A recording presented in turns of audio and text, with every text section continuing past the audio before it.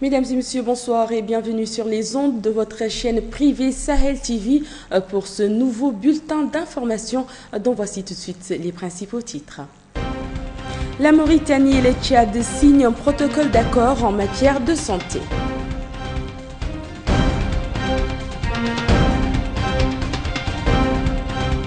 Clôture hier soir à Nouakchott des journées cinématographiques du Japon.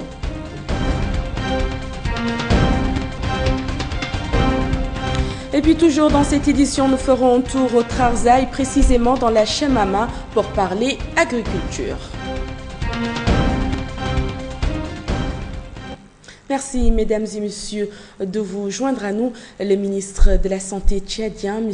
Hassan Gadoum, actuellement en visite dans notre pays, a exprimé sa satisfaction suite à la visite qu'il a effectuée au centre d'oncologie de Nouakchott et qui a été couronnée par la signature d'un protocole d'accord avec son homologue mauritanien. Au terme de cet accord, les malades tchadiens atteints du cancer seront traités dans les mêmes conditions que les Mauritaniens.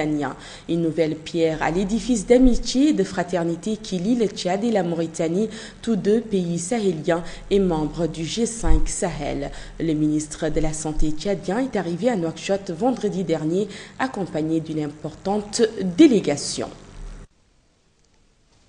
Moi et ma délégation avons été vraiment impressionnés par le travail réalisé en Mauritanie. Nous avons vu ce matin un centre que j'appellerais plutôt un centre africain d'oncologie. Ce n'est pas un centre mauritanien. Un centre qui évolue en deçà de sa capacité d'accueil. Et donc, je voudrais aussi ici vous transmettre à travers vous au gouvernement mauritanien toute notre gratitude pour l'investissement réalisé. C'est un investissement complet qui va des équipements aux ressources humaines. Quand on me dit que 99% du personnel est mauritanien, je voudrais simplement dire bravo. Vous venez d'écouter la déclaration du ministre tchadien et toujours dans le cadre de sa visite dans notre pays, le ministre tchadien de la Santé a été reçu cet après-midi par le Premier ministre, M. Yahya Ould Hademine. Les rideaux sont tombés sur la première édition du programme cinématographique des pays du monde, Chachat, qui avait comme pays hôte le Japon. 3 journées riches de rapprochement des cultures que Meimouna Salek nous résume dans son reportage. Le Japon, ce pays plus connu en Mauritanie par ses forages et ses salles de classe, a offert au public nouakchottois, amateur d'art et de cinéma, 3 journées riches en émotions, couleurs et saveurs. Désormais, la calligraphie japonaise, les origamis, kimonos, samouraïs, tatami, sushi font partie des rêves et du vocabulaire du public que nous avons croisé hier soir au musée de Nouakchott, un public émerveillé par son voyage magique au pays du soleil levant. C'était donc un film merveilleux que nous avons suivi ce soir, qui montre avec beaucoup de pertinence un surréalisme, mais qui en réalité dessine toute la culture japonaise. Je pense que c'est une très bonne initiative et qu'il faudrait un peu continuer dans ce sens. Je félicite la maison du cinéaste et je pense qu'il est bon aussi de s'ouvrir sur d'autres horizons, d'autres pays et connaître d'autres cultures. Au-delà du voyage des sens, les films documentaires projetés chaque soir et qui ont porté sur les thèmes du sport, de la spiritualité et de l'éducation ont donné aussi lieu à une véritable réflexion sur les exemples qui peuvent nous inspirer et améliorer notre qualité de vie. Tout ce qui m'a attiré le plus, c'est les films concernant l'éducation. Ça, c'était un film qui m'a marqué beaucoup. Si j'étais aujourd'hui le ministre de l'Éducation, j'allais pratiquer la même chose ici chez nous, parce que c'est vraiment une approche stratégique pour l'éducation, surtout en ce moment. À ce festival aux couleurs mauritano-japonaises est venue s'ajouter une autre saveur qui nous vient de cet Orient très proche de nos cœurs, la Palestine. À travers Doux et Dodi, 2 entreprises nouvelles à Nouakchott étaient présentes à cette belle fête de rapprochement des cultures. Une forme originale de sponsor comme l'explique Amar Ben Douane, le gérant de Dux. Nous sommes venus encourager et soutenir cette activité par la dégustation gratuite de notre café et de nos shawarma pendant les 3 soirées de l'événement. L'idée est jolie et j'invite toutes les ambassades à organiser ce genre de manifestations qui font partie de leur mission. Nous serons là bien sûr à chaque fois pour faire partager les trésors de notre Palestine chérie. La première édition des journées cinématographiques des pays du monde Chachat s'achève donc sur une note de satisfaction générale. Une édition qui a été lancée ce vendredi 8 janvier 2016 par Madame la ministre de la Culture et de l'Artisanat qui parraine l'événement.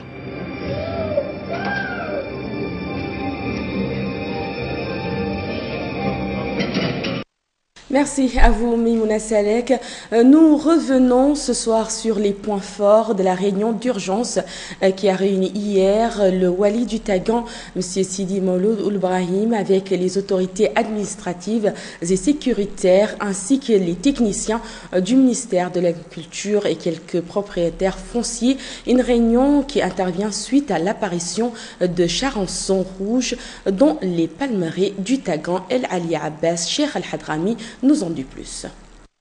Après avoir procédé à l'incinération le 9 janvier dernier des palmiers dattiers atteints par les charançons rouges, les autorités administratives et sécuritaires, les techniciens du ministère de l'Agriculture et un certain nombre de propriétaires fonciers se réunissent dans la wilaya du Tagan pour traiter cette affaire extrêmement inquiétante pour tous les pays. À l'ordre du jour figure la sensibilisation contre cette maladie phénicole et les mesures à prendre pour isoler chaque cas dès son apparition. Les autorités administratives devront interdire le transport des palmiers et leur réimplantation dans un autre endroit ainsi que toute importation de l'extérieur de la wilaya pour éviter toute contamination.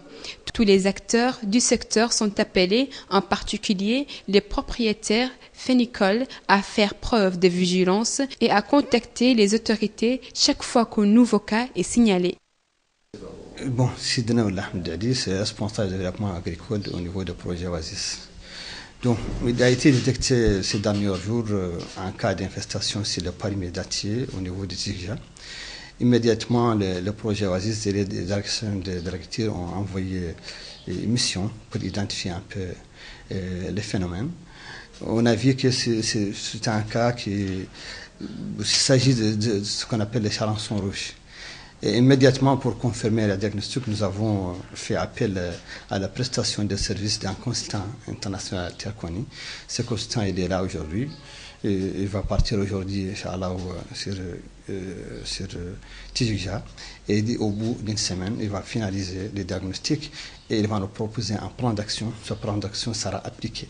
Et en ce moment, on va essayer d'aviser tous les intervenants.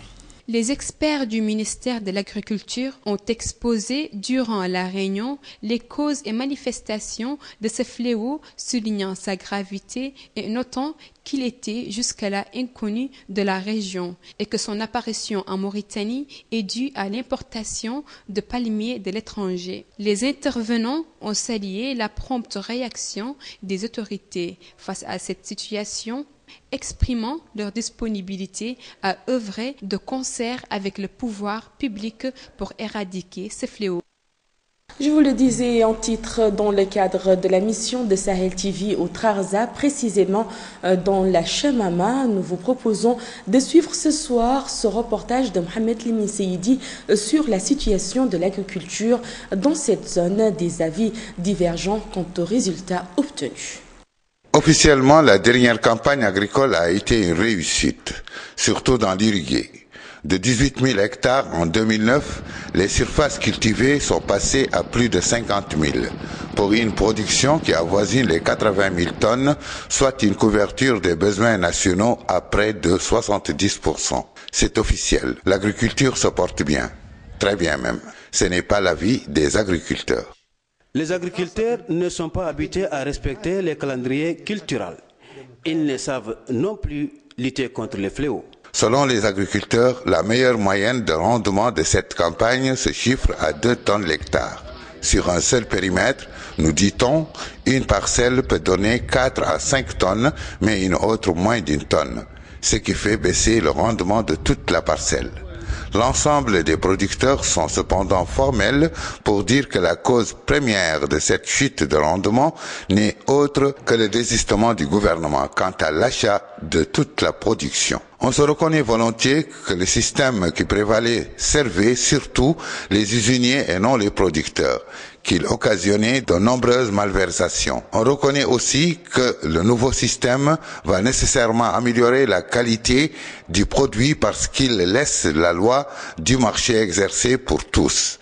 Surtout que la production nationale est désormais protégée contre la concurrence extérieure par l'introduction de multiples taxes pour freiner l'importation. L'agriculture a connu un recul à partir de 2014-2015, principalement à cause du péril aviaire.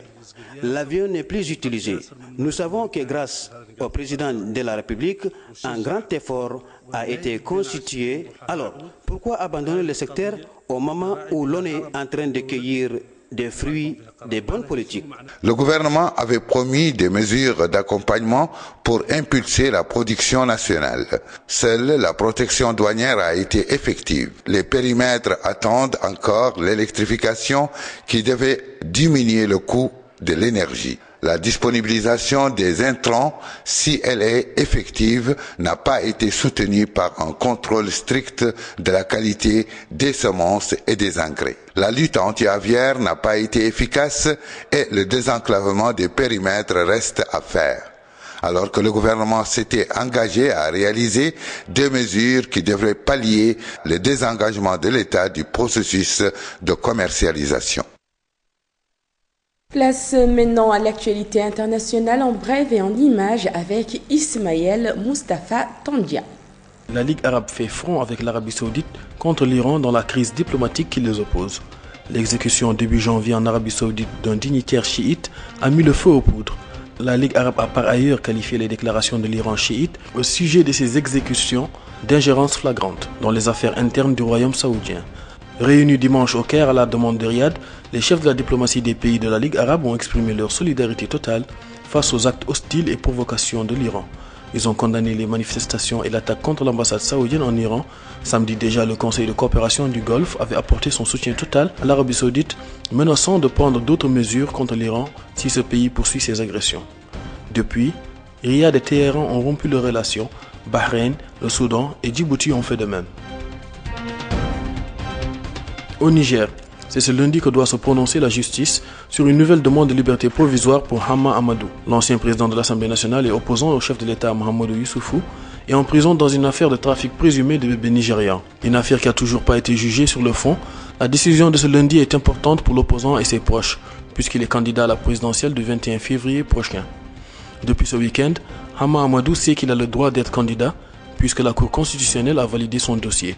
Mais c'est la décision de ce lundi matin qui dira si oui ou non il pourra mener campagne librement pour la présidentielle. Cela fait presque 2 mois que Hama Amadou est en prison à Filengue, à 200 km de Niamey. Il a été arrêté à l'aéroport à son retour de France après plus d'1 an d'exil.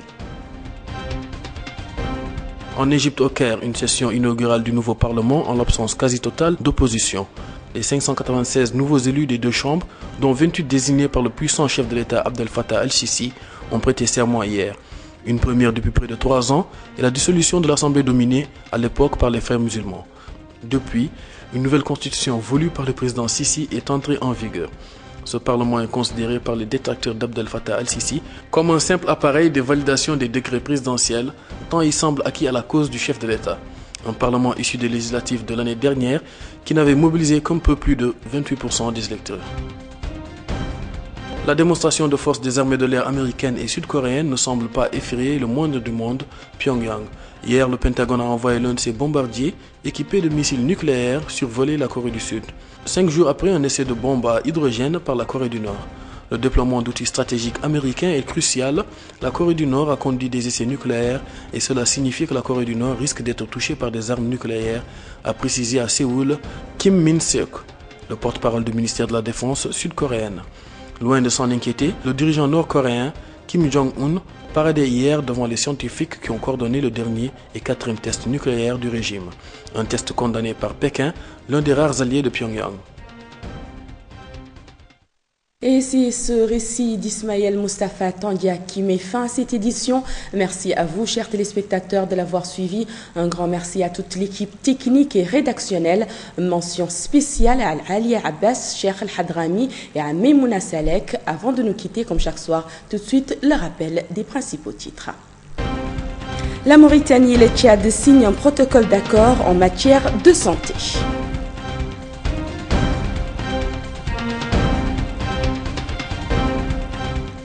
Clôture hier soir à Nouakchott des journées cinématographiques du Japon.